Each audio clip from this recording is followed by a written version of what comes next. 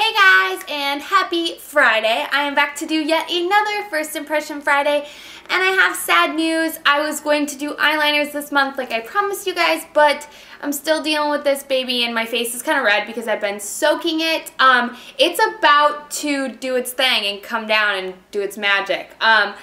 It's gonna pop, basically. Gross, sorry. But that's what's gonna happen with this little baby. So I didn't want to do eyeliners because it is so close that I've really only been wearing mascara because I don't want to infect it anymore. So basically I've been letting my skin breathe for as much, like that area breathe as much as I can. I literally take off my makeup, my mascara and stuff as soon as I get home. So I wanted to do foundations for you guys. I hope you're okay with that and understand where I'm coming from. I swear if it's gone by next month, I will do liquid eyeliners. I already have them already purchased, so I really want to, but obviously I want my eye to be healthy. So the foundation I'm going to review for you guys today is the Revlon Nearly Naked Foundation. I picked this up today, and obviously it's Friday. I'm doing this like last minute, but this is 160 Fresh Beige. I have no idea if it's the right color because I honestly just picked it up. It says new on it. It's totally not new. This is what the packaging looks like. Just really nice, clean, simple glass container. There is no pump. Oh, it's kind of hard to get off. There's no pump. It's just kind of dumping. There's not a really strong scent. I picked this up for with tax 801 is what it came to. It's kind of hard to close. Okay, and it has a broad spectrum SPF of 20. So it is they claim this to be like a medium sheer coverage type of foundation. So yeah, I'm just going to go ahead and get into starting to apply it. I'm going to be using my Beauty Blender sponge to apply this because that's what I use a lot of my foundations, to apply a lot of my foundations. But again, check back at the end of the month because I will be sharing with you how I use it with a brush and also how I do it with my fingers. But I prefer to apply it with my Beauty Blender sponge, so that's what I'm going to try. And yeah, I'm just going to go ahead and do this like I normally would. I'm going to start with my Garnier concealer under eye roller ball thingamajigger because obviously this is what I do every single time I use foundation. And I'm just going to go ahead and blend that in with my Beauty Blender as well. Okay, so, oh, my phone.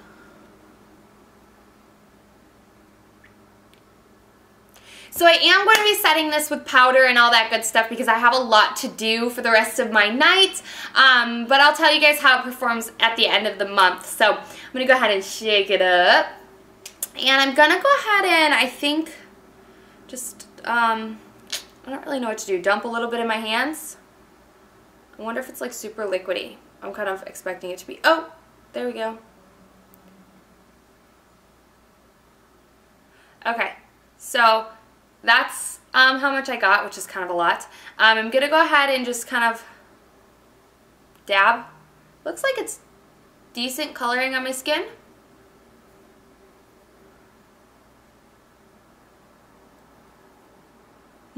Maybe a little light.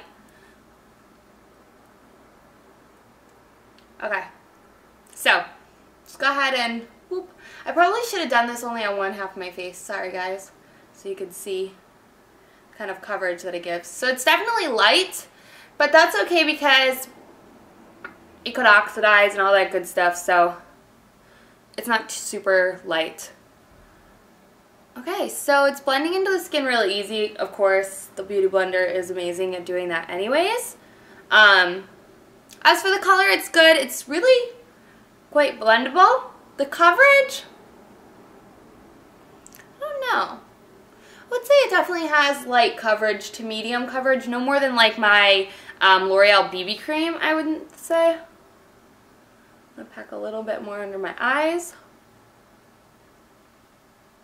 Okay, so that's as simple as it was to apply it. I'm going to go ahead and look up close and see kind of how it looks. So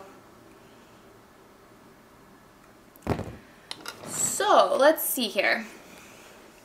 As you can still really see my red spots and different stuff like that. It definitely doesn't conceal everything, and I think that it really does quite look like I have makeup on. So I don't love the way it looks on my skin. It definitely looks, I don't know, kind of cakey. Not cakey. I'm not a huge foundation fan. but I can see it on my skin, and it doesn't really cover all that much, but that's fine. It covers enough for me not to have to use concealer, even though I don't really have to conceal all that much anyways. Overall, I feel like I will say that it has a nice finish. It's not like super glowy like I thought it was going to be. I don't think it does an amazing job with coverage whatsoever, but it doesn't claim to, so I guess that's fine.